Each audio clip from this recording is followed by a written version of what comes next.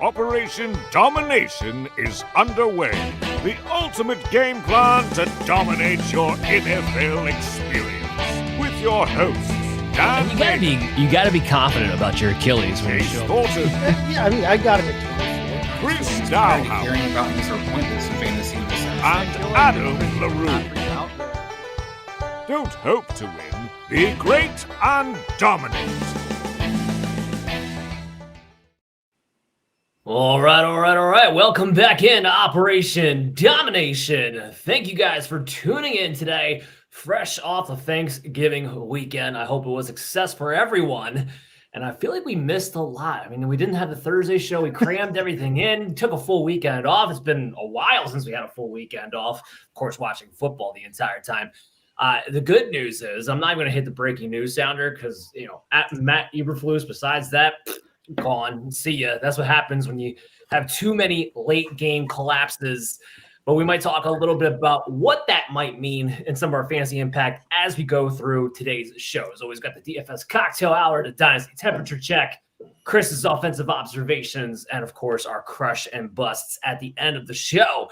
Thank you guys for tuning in live. Make sure you drop a little chat, ask your questions. I know it's week 14, and I know that means some people already eliminated. But everyone's still active this week, and you should really be holding up the integrity of your league, even if you're out of it. There's still at least try to play spoiler if you possibly can. Do something. That's what it's all about. One year, it might be lucky for you. The other year, it might not be. But at the very least, keep the integrity of the league up. So everyone should be here today. I'm your host, Dan Mader, joined here with Chase Thornton and Chris D and Adam LaRue, the full crew in. Hope your turkey bellies aren't too big. Let's dive right into our DFS cocktail hour.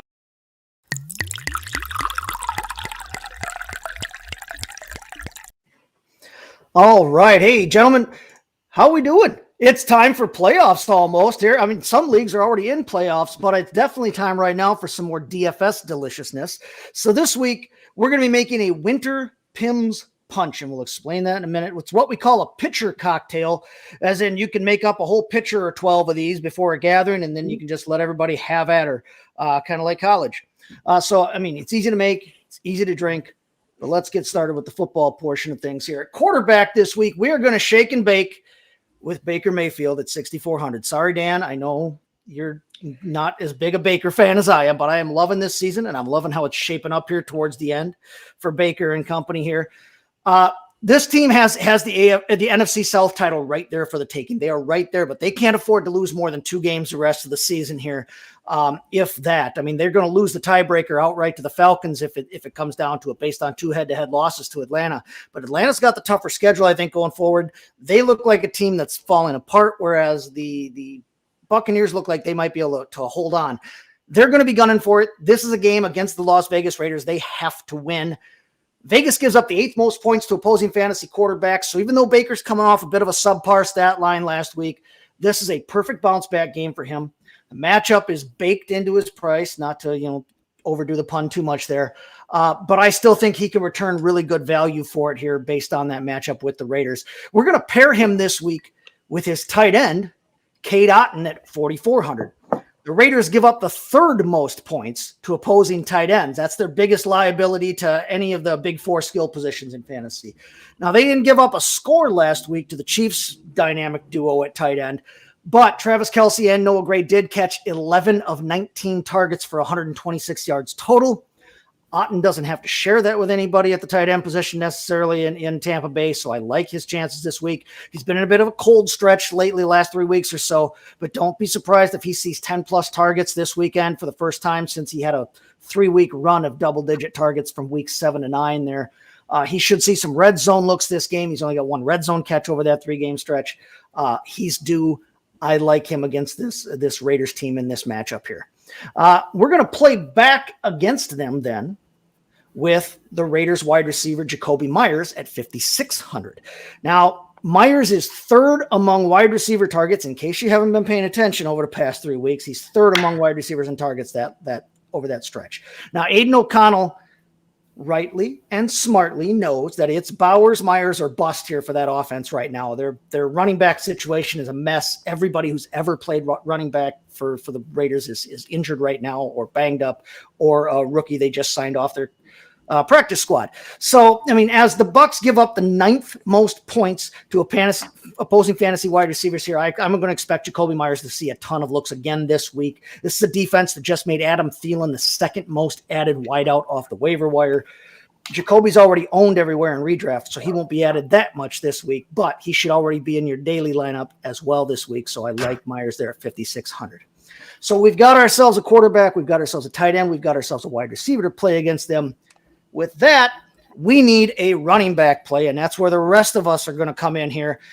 We're going to pay up this week for one of the two monsters, and we're talking about either Saquon Barkley or Alvin Kamara. Okay, and I need each of us, myself included, to make our case why we think it needs to be either or. So let me start off here by just laying out there who we're talking about. Obviously, we all know who Saquon Barkley and Alvin Kamara are, but Saquon Barkley at 9,000 is the highest priced running back on the slate this week for that classic slate of the main games on Sunday. He's averaging 36.2 DraftKings points, averaging that over the last 3 weeks. That's running back 1 overall. He's also running back 1 on the season overall for DraftKings points and for points per game. He's averaging on the season 25.9 DraftKings points per game. Just been phenomenal. As we know, he's in our MVP discussion for a reason here. He's been lights out just about every week for you. And this week he's facing the Carolina Panthers, who give up coincidentally the most points to opposing fantasy running backs, including a big 30.5 spot last week to my boy Bucky Irving, who was a member of this segment last week, if you all remember. So that's Saquon Barkley and where he's sitting. Alvin Kamara is the 3rd highest priced running back on the slate this week at 8,000. So he's 1,000 less than Saquon. He's only averaging 15.9 DraftKings points over the last 3 weeks, but that's good for a running back 12. So he's still a running back 1 in that time frame. He's running back 3 on the season in terms of DraftKings points. He's running backs 4 in points per game. He's averaging 20.4 running back points per game in DraftKings. That's the 2nd best of anybody who's on the slate Sunday, behind only Saquon. The Giants themselves give up a ton of points, the 8th most points to opposing fantasy running backs, and they just gave up 24.3 points to Rico Flippin' Dowdle last week. So we know that both of you guys have a great matchup. One thing it's a big thing, but one thing in Alvin Kamara's favor too, though, we just learned that Taysom Hill this week is out for the season after hurting his knee last week. So that should free up some red zone looks there. Taysom Hill had 9 rushes for 38 yards and 4 scores inside the red zone for that team. So some of that red zone work is going to free up. Not only will his touches free up, but the fact that he's missing, the fact that there is no Taysom Hill there on the field, period, whether he touches it or not, will change how they approach things in the red zone. So that's another kind of feather in Alvin Kamara's cap for this week. So, Dan, let's start with you here. Are you paying up for Saquon at 9,000 this week or Alvin Kamara at 8,000? I'm paying up for Saquon at 9,000. Look, they both have great matchups, both phenomenal talents, both getting the ball an absolute ton. There's no doubt about that. And depending upon what you want to do in the rest of your lineup, yeah, maybe 8,000 at Kamara sounds enticing. But right now, there's nobody better in fantasy, period, than Saquon Barkley. Doesn't matter what position you're talking about. And you go up against Carolina Panthers, who have been even worse against the run after the bye than they were before their bye week a couple of weeks ago. And when we top it all off, Cesar Ruiz, a very pivotal center, he's dealing with a concussion issue this week. We don't know for sure he's going to play for the Saints. So when we boil all that up, for me, I'm paying up for Saquon Barkley at 9,000, especially in a mega bye week where you really got to get the top players in your lineups. There's not going to be a lot of values out there because there's just a limited player pool. So I'd rather get the top guys and pay up for them as a contrarian play. Yep. And as you know, as we've said before, we are playing, this is a classic slate. It's a cash game, basically, lineup that we're building here. So you are going to have more people on the bigger names, or the cheaper names anyway. You're going to have more people on those. So like you just said, you might be able to set yourself apart actually by paying up for the top guy on the slate, as the masses might be scared off a little bit by that price tag. Adam, let's go to you next. Are you paying for Saquon? Are you paying for Alvin Kamara? I'm absolutely paying for Saquon. Look, I think one of the other pieces I want to throw out there, because I agree with everything Dan said on the Saquon front, is that Alvin Kamara's worst weeks this season have been when Taysom Hill has missed. Because the gadget player Taysom Hill is overshadows the incredibly impactful blocker as a tight end and as a fullback that he has become late in his career. Again, Alvin Kamara was under 3 yards per carry in 2 out of the 3 games and was just over in the other games of weeks 5, 6, and 7 when Taysom Hill missed. I agree that in the red zone, he's going to have more opportunity, and those weeks did align with Derek Carr being hurt. So that is a caveat to that, certainly, that should be thrown in there just for context. But again, I think it's important that while, yes, he's going to get more red zone opportunity, they might be in the red zone a whole lot less without Taysom Hill, because there's not a whole lot going right for this Saints offense. They've had a lot of injuries, and he's an incredibly impactful player to help them get into the red zone more often than not. All right. Hey, Chris, Alvin or Saquon?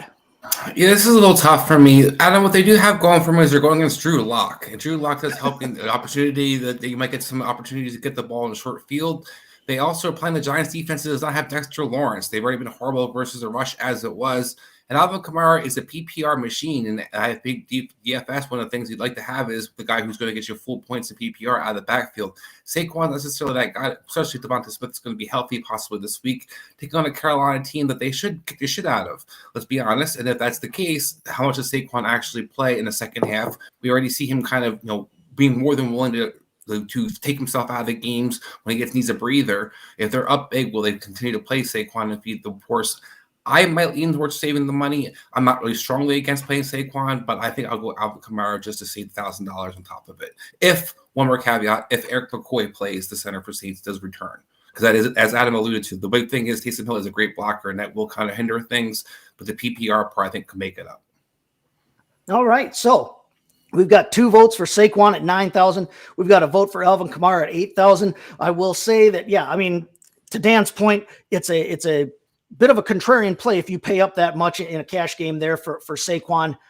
It will limit us for the rest of our lineup in terms of what we're allowed to do, for spending up on these last 4 or 5 positions that we've got to fill. Alvin Kamara saves you $1,000, which can go a long ways in that. But Saquon's just been so good. I think rest of season, obviously this is Dynasty, this is daily, so we're not necessarily talking about the big picture. But big picture, I love Alvin Kamara for the rest of the season. They've got a great schedule, I think, coming up here for him. But for this week, I think I agree. I think I'm going to pay up for Saquon. He's just been too unstoppable. This Carolina team is fit to be run over. And even if this game ends up somehow close or a shootout, Saquon is not coming off the field. He doesn't have to come off the field. They can still use him. They can still throw to him. And he's still effective enough that, heck, give him the ball, doesn't matter. He can pop you a 40-yard touchdown if he feels like it. So I think I'm paying up for Saquon this week too. And with that, then that's our core 4 then. So our core 4 this week is going to be Baker Mayfield at 6,400 there at quarterback. We're going to go with Saquon Barkley at 9,000. We're paying up all the way at running back there. Jacoby Myers at 5,600 at wide receiver, and then Cade Otton opposite there, Baker Mayfield at 4,400, looking for a bounce back week against the absolutely terrible Las Vegas Raiders defense. So then I would like each one of us to give one more suggestion here that the good people out there watching the program can use to fill out their rosters before I get into just what's in my cocktail for the week here. My play this week, I'll start it off, is going to be Tyrone Tracy at 5,800. Love me some Tyrone Tracy this week. He's only got 9 carries each of his last 2 games, but prior to that, he'd been on a stretch over 3 games where he averaged 18 carries a game. He still turned that minimal work last week into 14.5 DraftKings points, which would be a pretty solid return based on that $5,800 price tag, pardon me. I think he gets more touches than that this week with Drew Lock under center again. He's facing a Saints defense that gives up the 5th most points to opposing running backs. Again, I don't necessarily think that they have to take him out of the game plan. If it turns into a passing shootout game, Singletary will see the field some, but I still like Tracy this week as a cost-saving option there a little bit at your running back 2 position, or as a flex play in my DFS lineups. So my suggestion is Tyrone Tracy. Chris, we went last with you last time. We'll start off with you this time. Do you have a suggestion for us here that we can fill out our lineup with?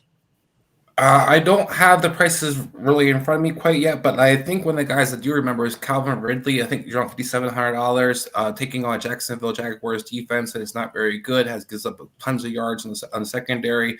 I know that we saw Nicholas Westbrook-Ikhine catch all the touchdown passes possible, but I think Calvin Ridley has shown you he's been the receiver one primarily in that offense. $5,700, a nice price tag. So that's a guy I might suggest to put in your lineups. Calvin Ridley is indeed $5,700, and he is another great option there. He was somebody I considered putting in this segment to begin with.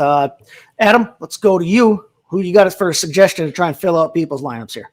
I'm going to potentially beat Dan to the punch here, and I'm going to say Isaac Guerrero at 5,400. I mean, Niners running back, Shanahan running back. What else can you say?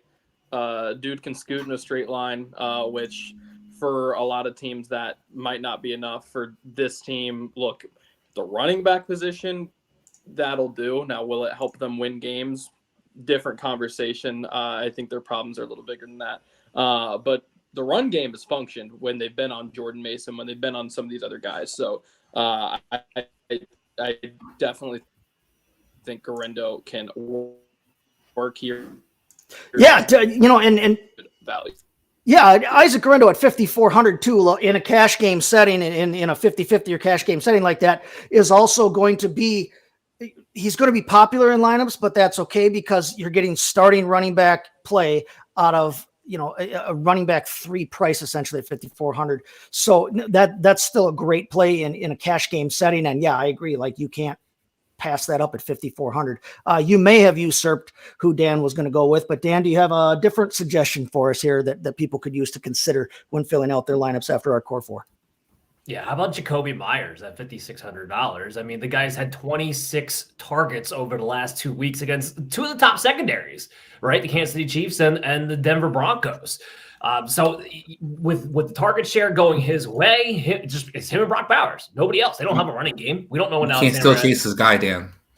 No, I didn't hear him say Jacoby. Yeah, it's all right. We played him in the opening segment, but you're just backing up the point. Jacoby Myers has been great.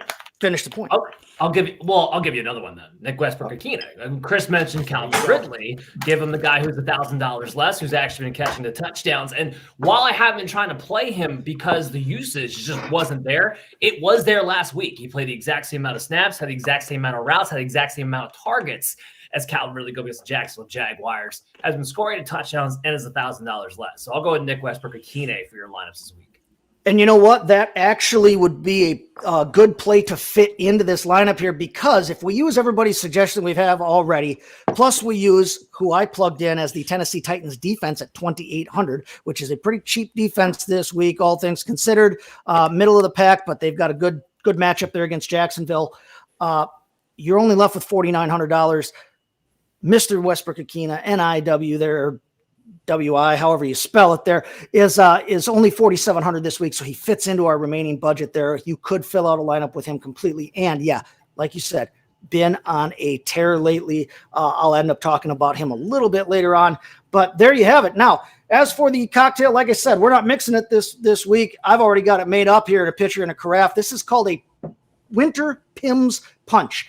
Basically, you're going to take 2 parts of apple cider, apple juice if you like things a little sweeter. I tend to like things a little richer in flavor, so I went with the cider. 2 parts of apple juice or cider, 1 part of hard apple cider. And again, that's a place where you can kind of make or break the sweetness there. If you like it a little sweeter, use a sweeter cider like maybe an Angry Orchard. I tend to go with a little drier stuff like maybe Strongbow or the like. 1 part Pimm's number 1. If you haven't heard of Pimm's number 1, Pimm's number 1 is famous and popular in Britain. It's a gin-based liquor, and they use it over there for a lot of different things there. It kind of spices things up here in this punch a little bit. Then we're going to go 1 part brandy. So 2 parts of apple juice or cider, 1 part of hard apple cider, 1 part of Pimm's number 1, 1 part of brandy. You mix that all together. You can put, I've got some fruit in here. I've got some Pink Lady slices and some Granny Smith apple slices because here at the Mont Bailey, we don't discriminate. We like them all kinds. So Pink Ladies and Grannies in here. Plus, we've got some orange slices in there. We're going to pour that into our cup here. I've got that topped off and garnished with an orange wheel. I've also got a cinnamon stick in there. You can put some apple pie spice in that if you want. And the cool thing about this being a winter punch is you could also, if you wanted to, serve this heated without the ice, warm that up to begin with before you add any kind of fruit to it. But there you have it. That is a Pimm's Winter Punch. And that's our DFS cocktail for the week, gentlemen. Enjoy. Love it. I just want to shout out to Tava in the chat there. Answered it in the chat. Look, when you want to do full-on lineup questions, guys, we're not going to do that live on the show, but what you can do, go to Fantasy Football Advice app, and you can join the community. We'll give you all of the information that you possibly want, any question you possibly have, as in-depth as you possibly want to go. So just go to the Fantasy Football Advice Sports app, and you'll be able to join the community and get all those type of in-depth questions answered there. On the show here, we kind of have to keep it to like a couple of handful of guys, 1 or 2 spots. We can't just set the whole lineup for you there, but we will do it there. I did answer in the chat. With that, it's now time for your Domination Defense of the week.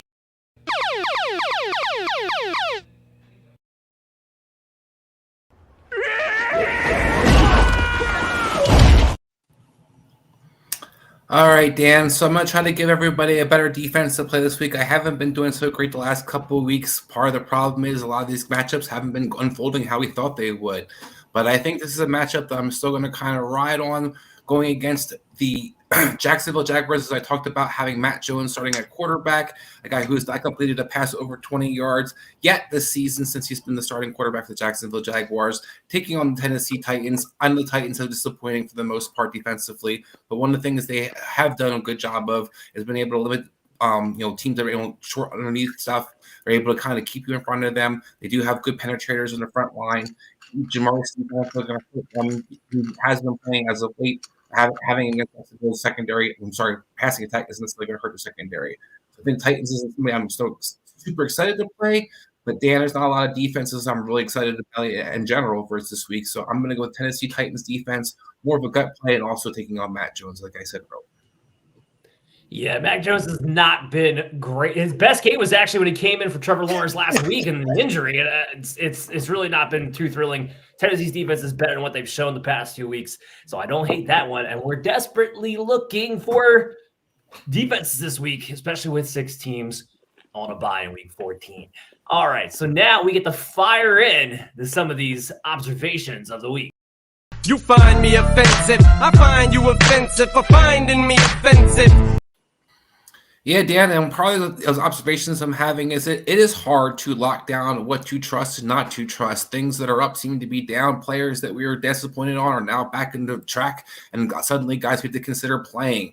One of those guys who's suddenly leading a resurgent offense is Bryce Young, PFF's QB3 the last 3 weeks. Bryce Young had a game where at 298 yards, it did take overtime, but he was able to feed multiple mouths. David Moore, Adam Thielen, and Dan's boy Tommy Tremble even was fantasy relevant last week. So, gentlemen, I ask you, is Bryce Young making Carolina's offense something that we have to actually consider looking at and picking out players for moving forward as for the fantasy playoffs and for maybe saving our seasons this upcoming week? I'll start off with you, Mr. Adam. I think you have to respect it, and I think so. I think that there's at least some playable pieces here. I think you're confident in Thielen, and I think that there's other guys, namely the running back position, where you feel some confidence. I mean, look, do I think that Bryce Young has made some incredible resurgence in terms of his talent? Not necessarily. But what I will say is that the complete and utter lack of confidence, the just dead look that we saw at the beginning of the season prior to him getting benched, that's gone away. He does seem like he's actually confident and isn't really second guessing his decisions and throwing the ball down the field. I see him. I mean, you can watch the tape. There are misses down the field. Let's not get ahead of ourselves. But he misses the ball and then comes back and throws a good one the next play. He's not letting it get into his head. and regardless of what that means for his long-term prospects, that remains to be seen. But in the short term, he can function the offense. We saw it last year that Thielen was relevant and some of these other guys were relevant. So I think you can trust the guys around him. Suffice to say, I think like last week, I didn't, maybe explain myself as best as I could, but confidence matters a lot for some of these quarterbacks, being able to throw the ball down the field and not necessarily live or die with any one mistake. So I'm not necessarily in on him long term, but the offense is enough that I can trust the pieces around him.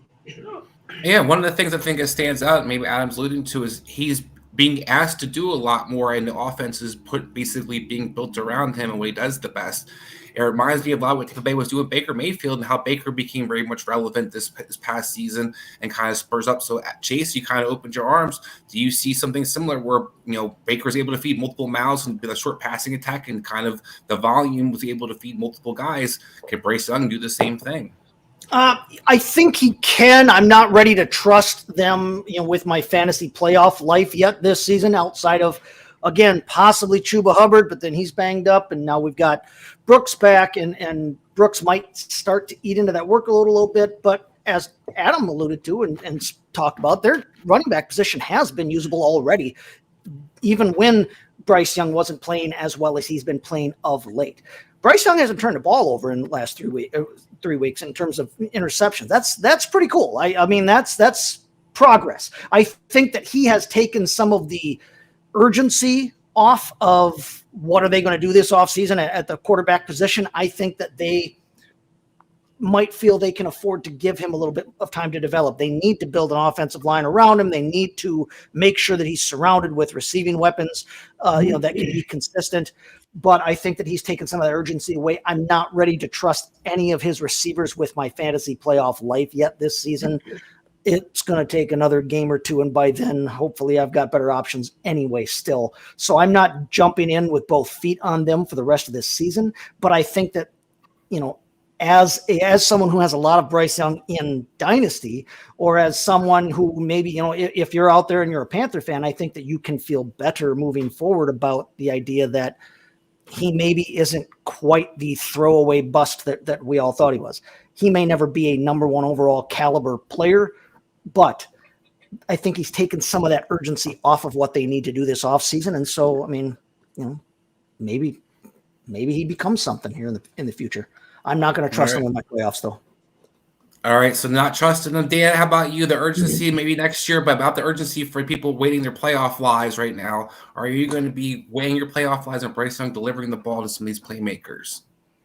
Well, not this week against the Eagles. I mean, the Eagles been the number one shutdown defense for the past month now. You can't throw on them. You can barely, unless you're Derrick Henry, you can barely run on them. And even then, you can't run on Cooper DeJean, even if you're Derrick Henry, apparently. So, not this week. After that, though, it does get a little bit interesting. And Adam Thielen comes back. He's starting to play a little bit more good game against Tampa Bay. After this Eagles game, you do have Dallas Cowboys, Arizona Cardinals, who have been a better defense as of late. It's not a matchup I love right now with the way they've been playing. But then you get the Tampa Bay Buccaneers again, championship week. Am I going to take a flyer on an Adam Thielen type if he's still available on waiver wires? Yes. Chase, I don't see Chuba Hubbard banged up anywhere in the injury report, so I wasn't sure if you were seeing something I wasn't as far as that goes. We know Chuba he's not anything official on the injury report. No. All right, so he's gonna be fine. He's been great all year, regardless of the situation. You outside of this week, you're not gonna have any more buys, so I don't know if you're gonna be really banking on Bryce Young. He's not really that mobile. He's well dependent on the surprise performances that we've seen over the past couple of weeks. But am I taking a shot at Adam Thielen? Yeah, I'm going to think about that. Outside of that, it doesn't do much for me otherwise.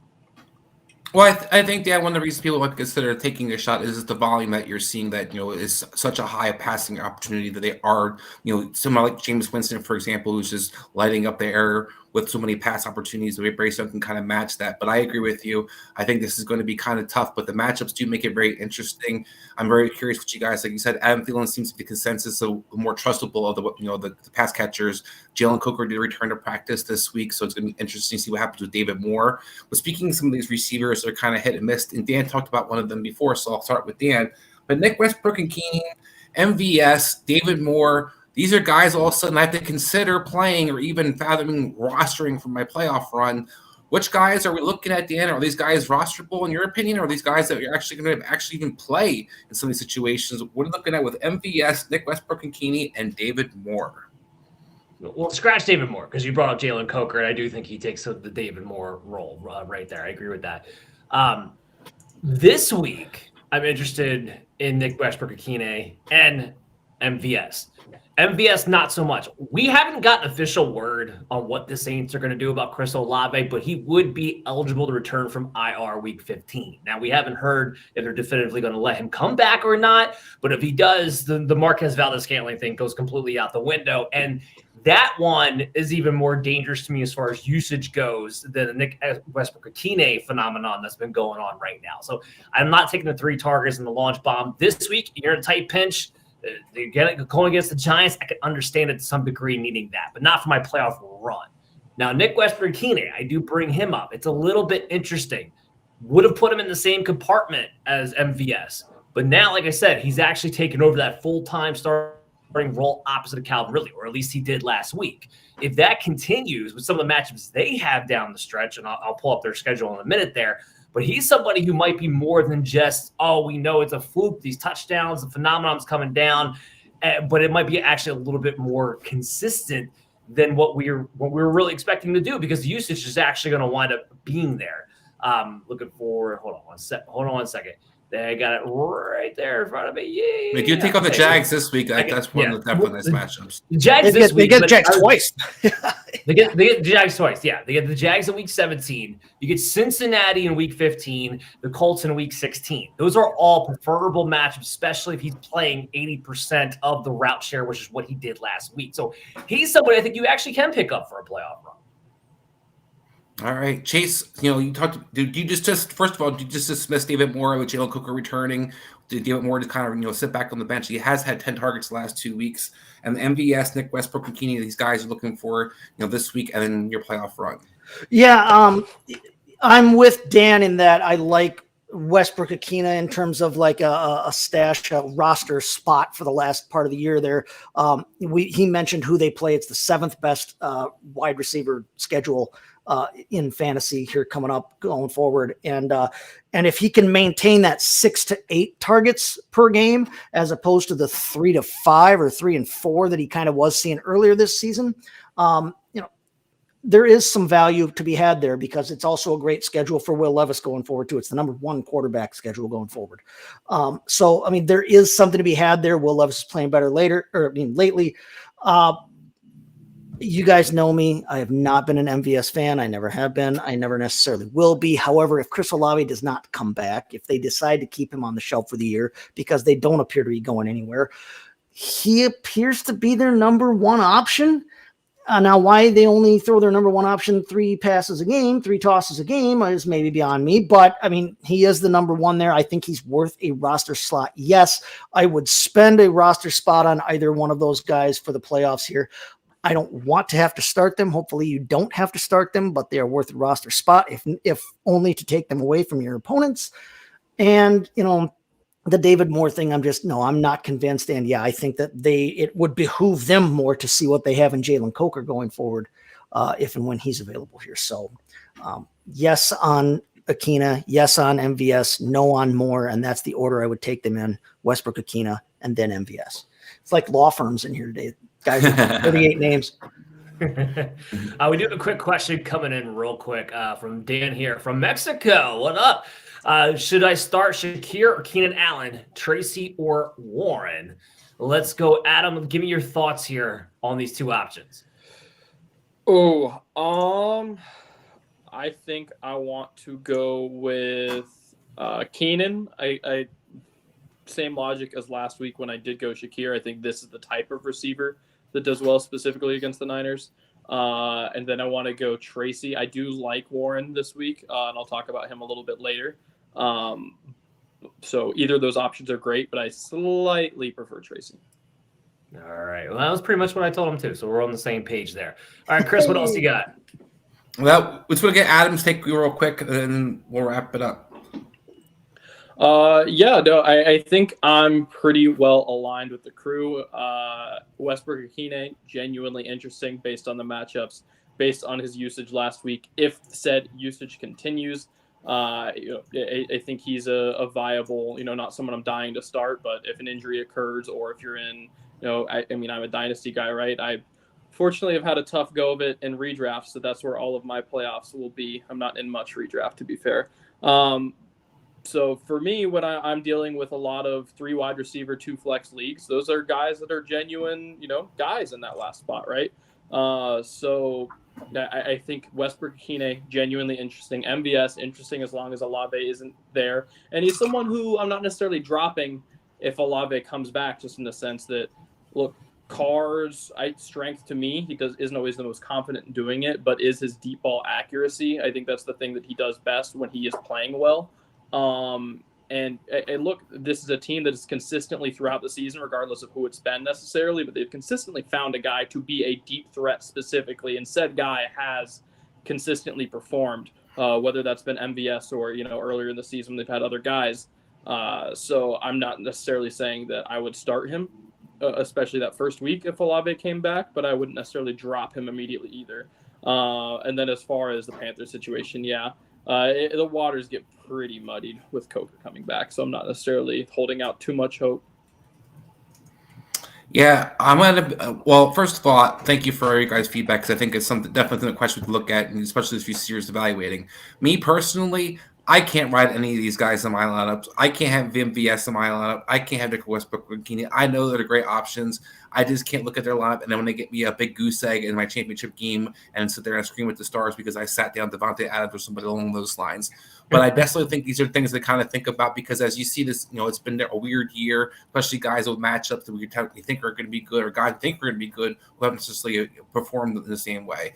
But last question for you guys real quick is Wilson or Winston for the rest of the season? Because that's the big one that out of nowhere, the quarterbacks blading it up this past week. I saw that's my observation that, wow, Russell Wilson, James Winston are actually quarterbacks we have to actually, even no matter who the matchups are, we have to actually consider having in our lineups for the playoff stretch. So we'll start off with Adam and go around.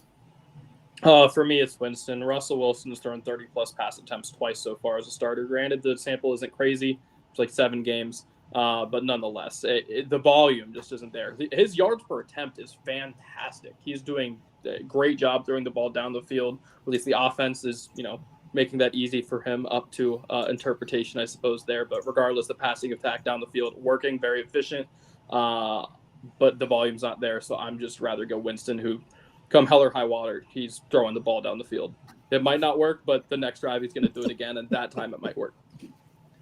All right, Chase, Arthur Smith's Pittsburgh offense, lighting it up through the air, or are we looking at Jameis Winston the rest of the season? FAS. I think I will have to admit that I've been maybe slightly not so pleasantly surprised maybe with how effective they have been on offense in Pittsburgh, but Jameis Winston throwing the ball for 500 yards without even trying. Yes, he threw 3 interceptions, but he also threw 4 touchdowns. We've seen him do this before in his career. We know he's going to throw for 500 yards and 3 interceptions every game, but he can also throw those 4 touchdowns and get you a QB1 shot every week. He's got that kind of ability. He's actually got the receivers around him to be able to do it, and he doesn't always have to throw 235 yards of that to Jerry Jeudy because he's going to get Cedric Tillman back at some point. He's got a good tight end in David Njoku. Elijah Moore looks like he might actually even have some life here with Winston under center. It's amazing how when you've got that many weapons around and you get a guy who isn't afraid to throw the football and is actually physically capable of moving around and throwing the football and isn't worried about his next massage, it's amazing how much it unlocks the talent around him. So I would go with Winston the rest of the season. It's close. Neither one of them has, necessarily a great schedule the rest of the way out. But if you're to the point where you're picking between the two of them, you might as well take the big shot and take the big toss with the guy who we know is going to throw the ball all over the place. We think they're going to be a negative game script, so they should keep throwing. Their running game has not looked like it has looked in the past in Cleveland, whereas Najee Harris actually looks like a viable starting NFL fantasy running back under Arthur Smith in this system, and they don't have to throw as much there in Pittsburgh. It's Winston. And Dan, well, Cleveland does have some tough matchups on paper coming up. Pittsburgh seems to have the easier matchups on paper. Does that affect you, or are you riding Winston, or are you going to trust Wes? Because of basically what Adam laid out, the volume, it doesn't bother me. We just watched Winston put up almost 500 yards on Denver, which was supposed to be a tough matchup on paper. And some of these are a little bit deceiving, like Pittsburgh this week. It's actually a good coverage matchup by fantasy points against the Steelers, because the zone coverage that they play actually benefits Winston. Has been a boost when he's played in these cover 2, cover 3 coverages that he's seen so far that Pittsburgh primarily plays. Kansas City has been getting lit up by quarterbacks as of recent, and not good ones either. Bryce Young and Aiden O'Connell types. So they got Cincinnati, which is a good matchup after that. And then we have Miami, and we'll see what happens. We'll see what happens in Miami week 17. They've been pretty stingy against most quarterbacks so far as well. But with Winston, it's not about matchup. It's about which Winston shows up that day. Is he going to hit that bomb down the field aggressively, consistently enough to put up those big yardage points, put up those big touchdowns? Or is he going to have one of those 5 interception days and, a $120 and call it a day? It's not so much about matchup with him. With Russell Wilson, we know what the Steelers want to do. They don't really want to win on Russell's arm. They want to win playing defense and running the football, and Wilson doing just enough to be able to keep other defenses honest. And this has still been one of the worst red zone teams as far as scoring actual touchdowns this season. That hasn't really changed. So for me, if you're going to roll the dice, you might as well, like Chase said, roll it big with Jameis Winston.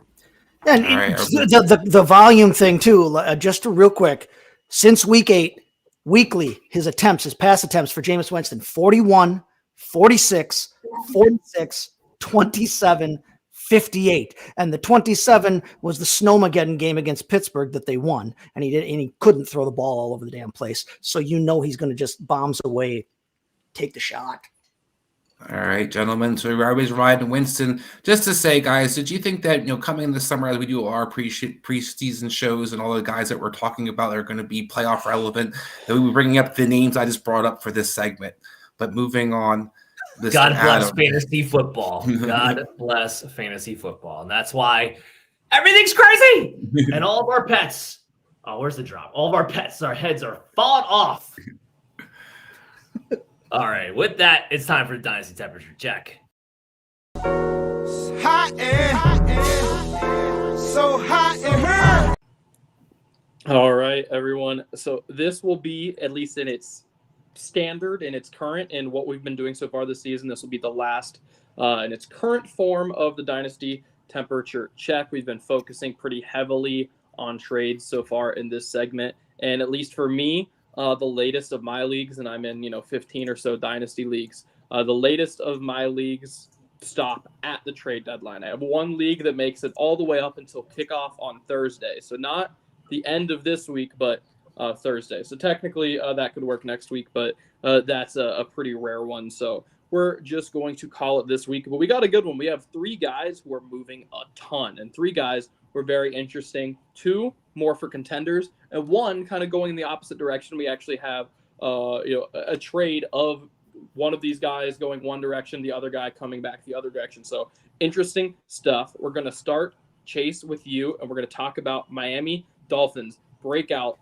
veteran tight end Jonnu Smith, who we thought he was going to be a big thing in New England. We thought he was going to do all of these things. Finally, a reemergence after his golden years with Arthur Smith many moons ago in Tennessee, and he is the second most traded player, number 1 most traded tight end on Keep Trade Cut. He is all the way up to the tight end 16 in Dynasty, the 16th most valued tight end. That is up 19 spots over the last month. He is the ECR tight end 5 this week. Crazy run from Jonnu Smith that seems to just keep on going a little bit longer than I think any of us expected. Especially this is an offense that at no point in Mike McDaniel's tenure there have they really utilized a tight end enough to have them be fantasy relevant. So it's been interesting to see, to say the least. He has been going for things like over the last couple of days, and I made sure it was recent because I think the value goes up with every passing week with him. 2027 round 2, plus a 3 for 2026 round 2. straight up for Chris Godwin, and that's a name that you'll be seeing in a lot of these because a lot of contenders are trying to use their IR pieces to go buy some win now pieces. Yeah. So Chris Godwin shows up in pretty much all of these. Cedric Tillman is another one. Again, it sucks because he's a young receiver, but since he's not playing, gotta get points now, I think is the mentality there. Mark Andrews is the other one. So a veteran tight end, a guy who we've seen be pretty effective at the tight end position, but Jonnu Smith is effective right now, and people need that, especially if you're actually making the playoff push. Not necessarily, clinched, but trying to get in right now, just riding the hot streak. So Chase, Jonnu Smith, you interested at those prices? What's your read on that situation?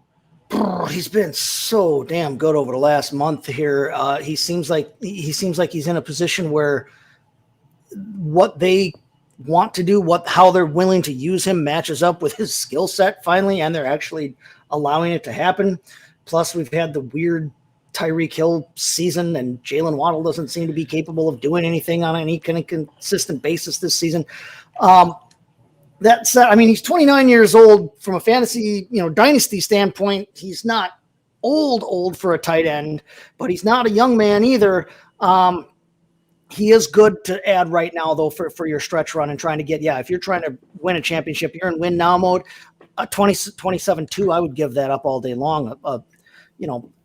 Plus a 3 for a round one. I don't know if I want to give up a round one, to get him and a 3.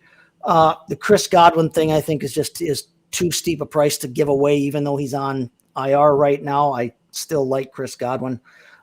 Cedric Tillman, that's a little bit of a steep price. I'm willing to grab him, but I'm only willing to grab him at the right price. He is still a tight end, and tight end is still such a volatile enough position that I don't necessarily want to sell my farm to get him. He has been great though over this last month. I am still all in on him the rest of the season. So if you're shooting for a championship this season, and maybe you just lost Taysom Hill, and maybe you were relying on guys like Taysom Hill who haven't been as reliable. Maybe you don't want to have to play the will Sam Laporta or won't Sam Laporta game for the rest of the season or whatever. Jonnu Smith might be worth a shot at it, but keep in mind in Dynasty, you're giving away long-term assets for a short-term gain here if you're going for him to win a championship, which is why I say guys like Tillman and even Godwin, for me, that's a pretty steep price to pay. Tend to agree, but that 2027 round 2, that's pretty far off. That gets a little interesting. Yeah. So it depends the value, but he's definitely someone who, if you're in a pinch, I think the fielder is worth it. Dan, you're going to get pushed off of talking about Guerendo a little bit longer. We know you're going to talk about him, so we'll get there. I promise. You'll get to talk about him. But Chris, we're going to go with you here with Guerendo. Who is the overall most traded player. And thankfully, we have 2 49ers players to talk about for you, Dan. So if that makes you feel a little bit better. But anyways, Guerendo, most traded player, keep trade cut, running back 36. That is up 10 spots over the last month. A lot of that, obviously, over the last few days. The ECR running back 19 this week. And we're going to talk about in a little bit how, we maybe feel about that. But Guerendo going for things such as a second or a third. I saw a couple instances of both in the last few days. This is a guy who a lot of the value jumped in the last couple days, so I don't think the market has quite, equalized or really figured out exactly what he's worth. So I've seen seconds and thirds depending on the league. Amari Cooper, and again, a Chris Godwin trade. And I'll add this, Guerendo for McCaffrey. 1-for-1 of the Niners backs teams who, lose McCaffrey, relying on McCaffrey, just need the spot. And that's where, as a rebuilder, you can really take advantage of people, whether, you feel that way about this trade in particular or not. But guy loses a guy, and suddenly you can take advantage of someone. So, Chris, what are your thoughts on Guerendo, his situation with the Niners, and some of those values? And, of course, there's a range there, so it might be, the third, sure, the second, no. But, what are your thoughts? Oh, Adam, I'm all about taking advantage of people. That's the opportunity that you're presenting to me. If people are going to give me Christian McCaffrey for Isaac Guerrero, cha-ching, trade away. If you're going to give me Chris Godwin for Isaac Guerrero, cha-ching, give away. If you're going to be a second rounder for Isaac Guerrero, cha-ching, give away. The third rounder, I might make that trade if I'm a contender looking to move in. But I'm also very skeptical about some of these moves people make for the playoff runs. We always get excited about the newest thing on a guy who's going to be a new flavor. But Isaac Guerrero got his job from injuries. Guess what? There's more injuries that are going to occur. There's guys already banged up today that we're talking about might miss this weekend. So when that occurs, you have a lot of different things that are variables that are hit the market in a sense. So I'm not all about spending all your draft capital or spending everything just because you think you're going to get the flavor of the week. And Isaac Guerrero seems to be the flavor of the week. This is a guy is not a great pass protector, is not a good pass catcher. Maybe not the 49er future. We know the 49ers love the draft running backs just because we also know that Jordan Mason's a restricted free agent, so they can bring him back on a pretty cheap price if they're to match his offer. With the injury that happened to him, there's a good chance that could happen. Christian McCaffrey had his deal extended, so he's not going anywhere next year anyway. So Isaac Guerrero is a guy that you're actually just running for this year. And Adam, I'm not willing to, like I said, mortgage the farm, but I will sell the farm to somebody if they're willing to buy it for Isaac Guerrero. Yeah, no, I tend to agree. Look, the third, if I'm a contender, sure, no doubt. And there's a couple spots where I'm excited because I've had Guerrero on my taxi, got him in the 5th round, picked him up after the draft. Awesome. Feel great about it. But yeah, those are some trade away situations. I tend to agree. Kind of alluded to it. Our other guy on the other end of the coin where you can potentially take advantage of some people. Dan, I'm sorry that you had to witness the best of Christian McCaffrey this season and have it immediately taken from you. That was incredibly unfortunate. But nonetheless, he's here. He is on IR. And he looked good prior to that. I want to make it clear he did look good in this game. But nonetheless, 4th most traded player overall, 2nd most traded running back. So the 2 Niners running backs, of course, are the 2 most traded running backs in fantasy right now in terms of volume of trades. Keep trade cut running back 2, obviously NA on the ECR given his injury status, and some trades. And it's kind of all over the place with Christian McCaffrey here. We obviously have Guerrero straight up. We can talk about that. But Devonta Smith, which is a fair return. That seems reasonable enough. But then there's things like Jerry Jeudy. There's things like a 2nd and a 3rd. There's things like Derek Carr, Tyrone Tracy. But then Pacheco, which is another one that feels within the realms of reality, especially, knowing the injury and knowing the situation. So, Dan, what are your thoughts in terms of Christian McCaffrey, especially for, you're a contender, you waited all season for Christian McCaffrey to come back, you lose him, you're going into the playoffs, kind of what do you do with him? Are you riding it out? What's going on? Yeah, so it's funny because I was actually in this situation. I'm on the Dynasty League. I was supposed to be a contender, wound up too many injuries, couldn't overcome, and now I'm sitting there and I have Christian McCaffrey. And somebody came to me and they said, what would you be willing to move Christian McCaffrey for? And I said, basically, 2 first-rounders or go screw yourself. Essentially what I said. So my point to that being, this is not a sell for me here. I'm not looking to move off of McCaffrey. He just signed an extension. He's going to be back next season. Likely probably ends his career as a San Francisco 49er. He's still a running back with a skill set that typically ages well. This guy has come in. He could be a pass catcher. He could do the Austin Eckler thing and still be in a platoon 3 years from now. I do think with all this time off, in a sense, with the injuries and stuff like that, not getting the mileage this year, I do think he comes back in a pretty good way and can be an RB1, maybe not overall RB1, but a top 5 running back again next season. That wouldn't surprise me at all. We watched Derrick Henry. We watched Saquon Barkley, 29, 30 years old. It can still be done if you have that back with that kind of special ability and is healthy and ready to go. So for me, I'm not looking for none of this. None of this appeals to me if I'm the Christian McCaffrey owner, at least not until next season. Next season, we'll have a different conversation to see how things are going, where my team is at and everything like that. But this season, no, I think we still got another year of elite Christian McCaffrey in him as he enters his age 29 season coming up.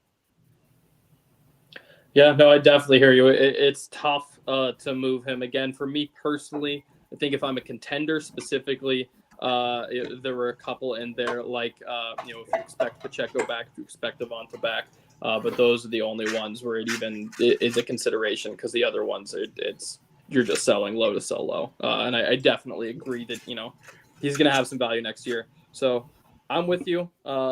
Unfortunately, but just to cut in real quick, even with those trades, like Pacheco, we don't know if he's a Chief long term. They're not going to make investments into the running back room like that. They may just look to draft and replace him again. Devonta Smith. Is Devonta Smith ever going to be more than a low-end wide receiver 2 at A.J. Brown on the field? No, he's never going to get a consistent enough target share. It's never going to happen. The Judy thing, that's just a flavor of the end of the season that we're all going to have bias on. So Tracy doesn't strike me as a guy who's ever going to be a 3-down back. He's likely to be a committee. So none of these make any sense to me, frankly, for all those reasons, just outside the Christian McCaffrey context of it all. Yeah, no, completely fair. But that'll wrap up the temperature check. We'll be back next week. We'll kind of reformat it. We'll start talking about some of the incoming rookies so we can, become familiar for my non-playoff friends. And we'll also talk about kind of similar to what Chris was doing, but more with the dynasty aspect of it in the sense of who are some of the guys we can and can't trust going into our playoff matchups when we're talking about, starting 3 receivers and 2 or 3 flexes. That last guy, who can we trust? Who can't we? So those are what we're going to be talking about, moving through the rest of the playoffs. And we'll catch you next week on the dynasty front. Love it.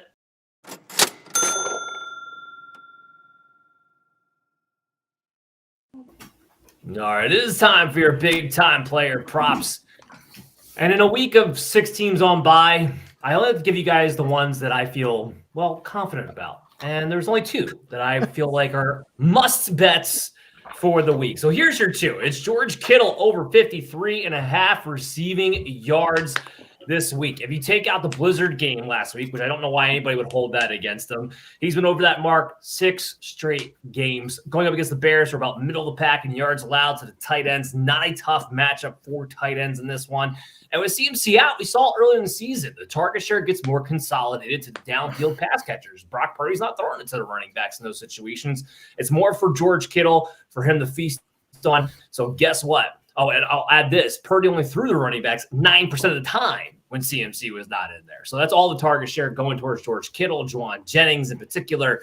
So I like George Kittle over 53.5 receiving yards. And then my second one, it feels gross, but Will Levis, 208.5 passing yards. I got to take the over here and actually feel semi-confident about this. I mean, he's seen more success. He's been over this mark the last 3 games in a row, over 208. You're playing against the Jaguars, who have allowed the second most passing yards in the league, the most passing yards per play this season. And I never thought I'd actually take an over on Will Levis and share it on the show, but here we are in Mageddon in week 14. And it's a pretty good bet on paper. So that does it for your big time player prop bets. Now it's time for our crush or bust of the week, and it's going to be a pivotal one heading into the playoffs. And I'll crush you like a paper cup. I suspect some of these are going to get pretty interesting considering the week. People are, dying to get in. They have to win to get in. Basically, your playoffs start a week early. And the NFL, of course, we've been complaining about this all year long. I'm not going to continue to complain about it, but with 6 teams on bye, the most pivotal week for you, your options could get hairy. So, Adam, who's your crush of the week, bud? Yeah, it's not someone who I think vastly outperforms ECR, but it's at a tier break, right, where I think being on one side or the other does make a meaningful difference in having that conversation. So that's Jaylen Warren, who is the ECR running back 27. I do think he is an RB2 this week and someone who should be in lineups. Najee performed poorly against Cleveland in the snow game. It had like a little over 2 yards per carry. And look, if Najee's going to beat up on this Cleveland run defense, that's the game where it's going to happen, right? Where it's a snow game and he gets 20 carries. He gets to wear a team down that's in the snow. Meanwhile, Cleveland's strengths have been that run game, the pass rush. I don't want to necessarily say the front 7 because it's been more selling out to do those things and has been those things being particularly effective. To be clear, it's more of a how they play the game defensively. But nonetheless, there's openings for the check down for Russell Wilson. There's openings to go down the field a little bit more on Cleveland. I think, I mean, that's certainly something that we saw in the Denver game as far as going down the field. But no, a running back who's a quick escape route, I think that is going to be a little bit more value than the power back against Cleveland. And also given the game script that we saw in the last game where Cleveland ultimately won, while I would certainly expect Pittsburgh to be in the lead, I don't think that they're so much better than Cleveland in their current state where Najee's just closing out the game either. I think this is they're going to get their normal splits. So Jaylen Warren specifically in this week with as many buys like Dan was talking about, I think he's a firm RB2. He did get his only touchdown of the season against these very Cleveland Browns. Yeah, I don't disagree with you at all. Jaylen Warren is somebody you can play. I actually have both these guys at 22 and 25 this week. Warren at 25, Najee at 22. The only thing I want to point out about that snow game, Najee Harris has been much better on outside zone runs this season, and for whatever reason, that snow game, they just smacked him up the middle. And I think that had a lot to do with kind of what went on in that game, but I'm with you on Warren is definitely somebody you can play this week. I think both guys could actually give you a decent performance, so I like that, Adam. Chris, what's your crush of the week? All right, Dan. So I might have cheated a little bit in this one. I'm going to give you guys two because I went balls to the wall for the kind of, as you prepare for the playoffs. And I'm going to give you a receiver first, and it's Rome Odunze. Did you know Rome Odunze since week 9 has been second in air yards in the NFL and 12th in targets, a guy who's basically waiting to blow up at some point. I know it's a tough matchup versus the 49ers, except for the 49ers aren't very good this year. I also know it's a tough matchup because of Keenan Allen, more stealing targets. 08, Keenan Allen's banged up again, guy who was limping around last week. And despite all those involvement of those guys, like I said, a guy who's been second since week 9 in air yards. I think Rome Odunze is ECR 36, 37. I'm not saying this guy you have to play as a top receiver, but I think this guy you want to line up this week. And one more, you're really struggling at quarterback. I think Aiden O'Connell is a play that you can play this week for Tampa Bay. Tampa Bay has been hemorrhaging points in fantasy. You saw Bryce Young be able to light them up last week. You also saw Aiden O'Connell have a nice week versus the Kansas City Chiefs defense. And Aiden O'Connell, I believe in the system, Scott Turner and North Turner kind of leading it over, has a very system that is very comfortable for him. Brock Bowers is a person who's going to be able to attack the Tampa Bay secondary. They're horrible versus tight end. And as you guys talked about earlier in the show, Jacoby Myers is nice to play versus the secondary too. That's two guys who can eat. They're not going to run the ball a whole lot. I like Aiden O'Connell as a guy for Tampa Bay as a sneaky play for your quarterback play this week as well. Chris breaking out the skank sleepers for you this week. I love it. You're not wrong. Not wrong. All right, Chase, what do you got? Oh, yeah. You talked about feeling gross. Oh, we just talked about Aiden O'Connell. But I'm going to go back to your gross, Dan, and I'm going to talk about my crush this week is Will Levis. That's right. He's the ECR QB 16. I have him at QB 13 on the week. 26 starting quarterbacks this week. I have Will Levis in the top half. Okay. Now he's looked much better fantasy-wise since he returned to the lineup in week 10 versus, following that shoulder injury. That injury essentially cost him a month of the season, so his counting stats aren't great on the season, but he's got multiple touchdown passes in 3 of the 4 games since he came back. He only has 2 interceptions total. And like you alluded to, he has over 200 passing yards in 3 straight. He seems like he's found a connection with Nick Westbrook-Aquino over that stretch. He's going to be facing a Jaguars defense that gives up the most points to opposing fantasy quarterbacks. Jacksonville allows the most passing yards per attempt. They allow the most passing yards per game. They have one of the least productive pass rushes in the NFL. They have just 23 sacks through 12 games. That's the 4th lowest sack rate in the league once you factor in how often teams have passed against them. They've got just 5 picks on the season. It's a great matchup for a guy who's trying to prove that he can be the long-term answer in Tennessee. And when there's 6 teams on the bye, there's only 26 starting quarterbacks, like we said. You can do worse than streaming the Mayo-nator if you're missing Lamar Jackson, Jaden Daniels, CJ Stroud, Bo Nix, Anthony Richardson, even Drake May. He's a QB2 option this week, but he's got the matchup is there. The potential is there for him to jump ahead of that. I hate myself for saying it, but Will Levis is my crush this week. Yeah, well, I can't agree after just telling you to take the over on the 208 passing yards. So, yeah, no, I hear you, buddy. I actually will let us. I'm probably more in line with ECR than you are. I'm trying to check real quick. I do have him at 16, so I'm right in line with ECR, but still an option to think about. I guess the Jacksonville Jaguars. A high end QB2 for the week. Yep. Yeah, totally agree, especially super flex leagues. All right, well, Adam was teasing me, all throughout the show. I wasn't allowed to talk about this guy until now. Now I finally am. Look, my crush of the week is Isaac Guerrero, and it's for a couple of reasons here. Number one, Chris, to your point earlier, Isaac Guerrero is a flavor of the week. Yet ECR suddenly has him ranked at RB28. He can't be the guy everyone's bending over backwards to go pick up and to still say, well, he's an RB3 in a flex play. It doesn't work that way. I actually put my money where my mouth is. I ranked him at RB20 this week. He should be locked in as an RB2. We have a small sample size, but when Jordan Mason was knocked out of that Dallas game, we didn't see Patrick Taylor. We didn't see Kyle Juszczyk taking over on third downs. We actually saw Guerrero just lead the backfield with 43 snaps and in every single situation, and he was able to show off his explosiveness. 14 carries, 85 yards, had a rushing touchdown, and actually had 4 targets, which is more than any other running back not named CMC was able to pull off in the 49ers backfield so far this season. He's shown not only signs of improvement, because I've had issues with his vision coming out of college, and he actually looks like he can see where the holes are opening up beforehand, but he's also definitely has a growing trust with the coaching staff. It's obvious because Shanahan's shown that he's willing to play this guy in different situations now, like on third downs and critical situations at the end of the game, something he would not do unless he was getting trust in his rookie running back. So we know he has the big play capability, and his ability does fit this outside zone scheme of the 49ers very, very, very well, which brings me to the Bears matchup. We're not good against outside zone and have allowed the 11th most fantasy points to running backs this season.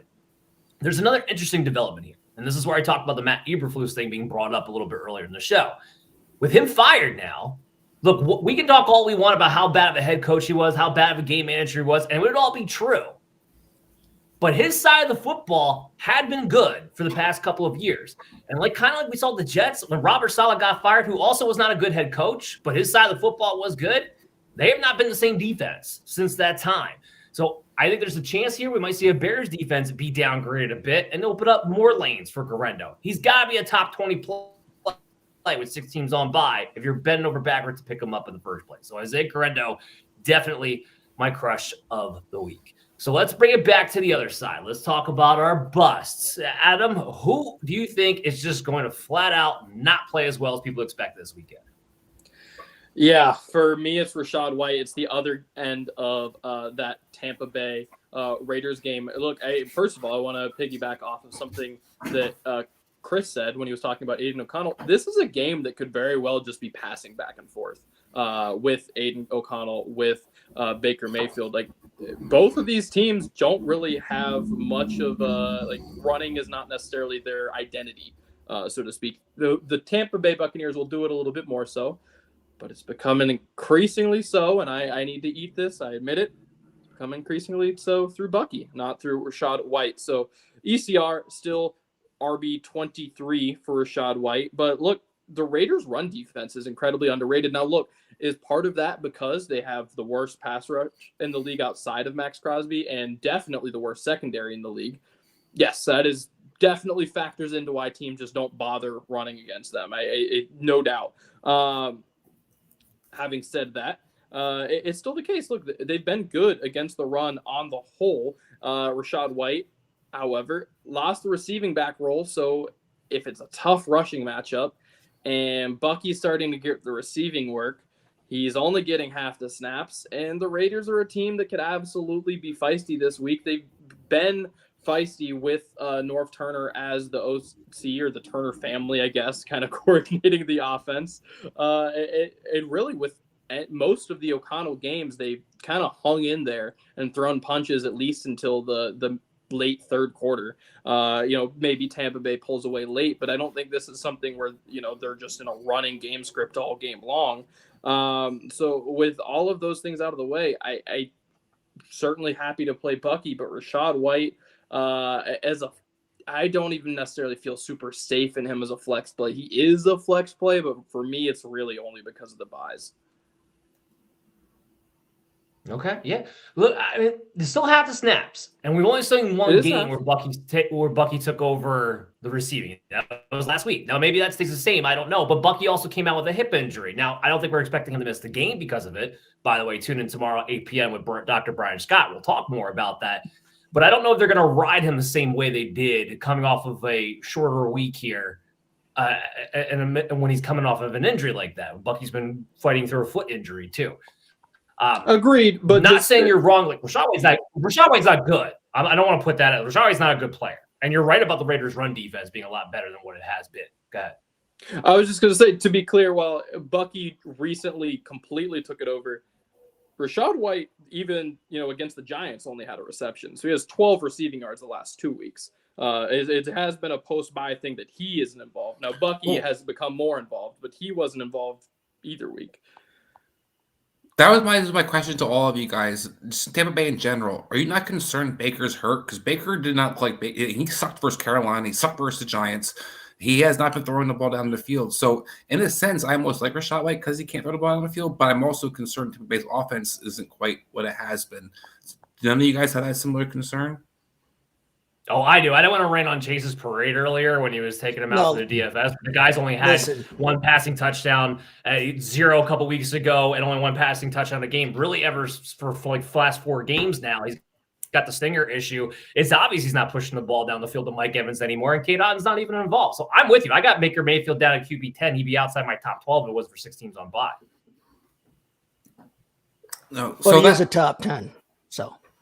No, I definitely understand. And like I said, I'm just curious because I was one definitely concern that stood out to me this week. But in general, my bust for the week is Breece Hall, ECR 12. Look, the guy had, I think, 12 carries last week, was not involved in the passing attack. If the Jets have nothing to play for and Aaron Rodgers is going to go out his way, he's going to be throwing the ball to Devontae Adams every play, then that does not mean Breece Hall's touching the ball. Breece Hall has every reason to kind of be protected, quote unquote, so this team doesn't want us to risk him with his knee issues in the past. Braylon Allen's a guy they can kind of rely on more as the season progresses. So for me, Breece Hall's a guy that I have extreme concerns.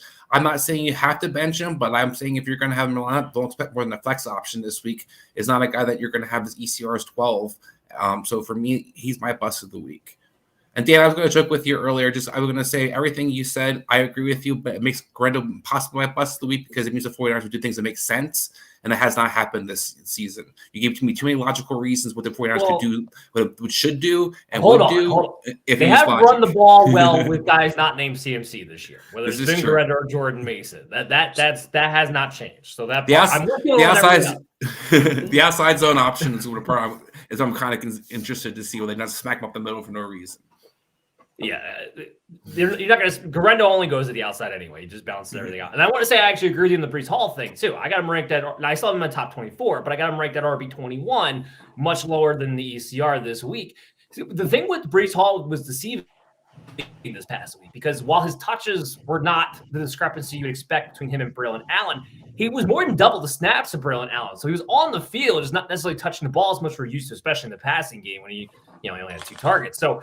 It's interesting to see. He didn't practice today. As somebody else I'm going to be talking to about Dr. Brian Scott tomorrow about that, but that's kind of the same thing they did last week, right? He didn't practice Wednesday, was a full participant by Friday. So we'll see. The shutdown thing is out there. I think Breece Hall's definitely a candidate for that to happen, not necessarily this week, but maybe in the next few weeks upcoming. So it's definitely something where I think we're going to have to watch. And a lot of people are concerned about Breece Hall. So I just wanted to say I'm kind of with you there, Chris, as far as not living up to what ECR has him, which is an RB12 this week. All right, Chase, who's your bust? All right, before I get to my bust, real quick, Juki Holic wants to know what week 14 is to everyone. Juki, I'm an English major. I've got a degree in it, in the language that we speak. If you've ever read A Tale of Two Cities, it opens like this, and this is what week 14 is to me. It's the best of times. It was the worst of times. It's the age of wisdom, the age of foolishness, the epic of belief, the epic of incredulity. It's the season of light, the season of darkness, the spring of hope, the winter of despair, etc., etc. Week 14 is whatever it is to you, depending on how your team is sitting right now vis-a-vis the fantasy playoffs. So for the vast majority of my leagues, thankfully, it's on the positive side of that thing. But for a couple of unfortunate, I'll blame it on injuries, blame it on everything except how I drafted and how I managed my team. It's on the negative side of things. Week 14 is everything to everybody. It's the end of the fantasy regular season. Let's get it going here. But to move on to my bust for the week, and I feel bad about doing this because it's a fellow senior citizen, but my bust for the week is Adam Thielen. He's the ECR wide receiver 41. So it'd be hard to do worse than that, but he's outside my top 48 this week. He's one of the hottest waiver wire ads that there were this week. He was the second highest added wide receiver on Yahoo platforms. He was the third most added wide receiver on sleeper platforms. This is a classic case of point chasing. Okay. Bryce Young. Yeah. We talked about him a little early. He is playing better of late. He still only has one touchdown pass in each of his last 4 games. They are not going to allow Bryce Young. They're not going to call the plays for him. They're not going to allow him to throw 46 times every week like he did against Tampa Bay last week. Week 13 was Adam Thielen's first game this season with over 5 targets. Now, he's missed some time, but still, that was his first game with over 5 targets, not 5 catches, 5 targets. And it's his first game with over 10 targets in over a year. And this week he's facing Philadelphia. Philly is a much better defense against opposing pass attacks than Tampa Bay is. Okay, they allow the 4th fewest points to opposing wide receivers, despite the fact that their opponents are always playing catch up or in a shootout with them all the time. Their opponents are always passing, but they give up the 4th fewest points to opposing wide receivers. Plus, on top of that, Jatavian Sanders returned to practice today. He might play this week, which is just one more thing to add into the mix. I know Thielen is your shiny new toy if you picked him up on waivers, but he is a recipe for shiny 34-year-old disappointment this week. Point chasing is not a winning fantasy move, especially at this point in the season. Don't put your faith there. Look elsewhere. We talked about it earlier. I'm not willing to bet on the Panthers wide receivers or pass catching options right now. Adam Thielen, my bust of the week. Yeah, again, not the Philadelphia Eagles is not where I'm going to ride that out. So I'm with you there 100%, Chase. All right, so my bust, I feel like it's a little bit similar to like Chris's Breece Hall point where like maybe you're still playing this player, but do not expect what ECR has him at. It's Tyreek Hill. They haven't ECR has him at wide receiver 12, wide receiver 1. I don't get it. I got him ranked at wide receiver 25. Like, I don't even think he's a must-play top 24 guy. I think he's a flex that you're having in consideration, especially if you're in a must-win this week. I know he's had 3 touchdowns over the last 4 games, and that's made people feel like they're getting a little more Tyreek Hill-esque production, but you haven't. In those last 4 games, he's still only the wide receiver 20 on a points per game average. That's it. And over those last 4 games, the reason why he's still only getting to wide receiver 20, even though he's been scoring, is because he has no ceiling. It's been awful. He is over those 4 games. He has sat at 7.2 yards per target, 8.8 air yards per target. He can't get past the line of scrimmage. It's Tyreek freaking Hill. We can't target him down the freaking field. And on top of it, it's not like he's getting a ton of volume to back that up. I mean, we're only talking a 17% target share. That's wide receiver 3 territory. If we're talking to anybody else not named Tyreek Hill. And the Jets, well, look, the Jets have not been the stout Jets we necessarily know. Sauce Gardner's even a little bit banged up, but they've still allowed the least amount of points to the wide receivers this season. It's still been not a great matchup for guys, especially going down the field. If he doesn't have his big play capability, I don't know what you can really expect substantial-wise out of Hill. He's a wide receiver 3. Maybe you play him this week because of the buys, but honestly, if you're in a tight pinch, I'm looking for higher upside somewhere else if I have to win this week. So Tyreek Hill is a busted line for this week. And that does it for the show. I hope you guys all enjoyed it. We'll be back again next week for the first round of the playoffs. Everything we're working for finally come to fruition. Of course, we'll be back tomorrow night at 8 p.m. with Dr. Brian Scott on Fantasy Football Advice Network. Thanks for tuning in on YouTube. Make sure you subscribe, hit the bell notification so you're notified whenever we have new content available to you on the Fantasy Football Advice YouTube page. And check out and download Operation Domination Football on all of your favorite podcast apps so you can listen to us on the go. Guys, good luck this week. We'll talk to you soon. Hey there, I want to thank you for watching Operation Domination today. And if you're enjoying the show, there are some ways you can help support us. You can go to podchaser.com/Operation Domination and leave us a 5-star review. And you can do this on any podcast platform or on our YouTube page when you go to @FF Advice Network. This completely helps out the show be able to grow, and also leave us comments to let us know how we can curtail the show to you, because you are the most important member of the show. So again, go to podchaser.com/Operation Domination to leave a 5-star review and leave a comment wherever you listen or watch the show, and we'll help better serve you.